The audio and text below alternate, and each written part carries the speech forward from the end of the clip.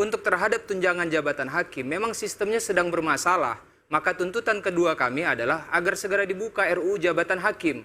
Karena manajemen aturan jabatan hakim itu ada di situ. RUU jabatan hakim itu sudah dihentikan pembahasan sejak 8 tahun yang lalu. Maka tuntutan kami pertama, dorong perubahan PP 94 2012. Yang kedua, buka lagi itu. Kemarin sudah kami sampaikan kepada pimpinan di DPR agar dibuka kembali RUU jabatan hakim. Agar apa? Agar sistem yang Prof maksud tadi sudah ada itu menjadi ada. Saya kira poinnya itu jadi masalah sekarang. Poinnya adalah ketika jabatan hakim profesinya dinaik gajinya, dikhawatirkan profesi yang lain juga akan mengalami tuntutan seperti itu gitu loh. Bagaimana perimbangan keuangan secara keseluruhan? Saya bahkan tanya tidak sama mungkin. Prof, Ya. jabatan mana, profesi mana yang sudah 12 tahun tidak dilakukan penyesuaian? Coba sebutkan selain hakim.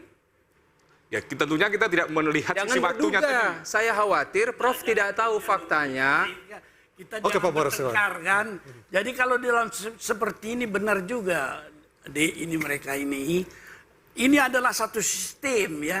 Kalau misalnya kita mengatakan gaji hakim naik, berapa yang dibutuhkan? Tentu ada kaitannya dengan perhitungan pendapatan negara yang juga menyangkut seluruh aparatur yang lain. Ya, kalau misalnya di dalam satu sistem, katakanlah criminal justice system hakim di tengah, itu menyangkut semua apa yang dikatakan kepolisian, kejaksaan, pemasyarakatan. Kalau hakim saja naik, yang lain juga akan menaikkan.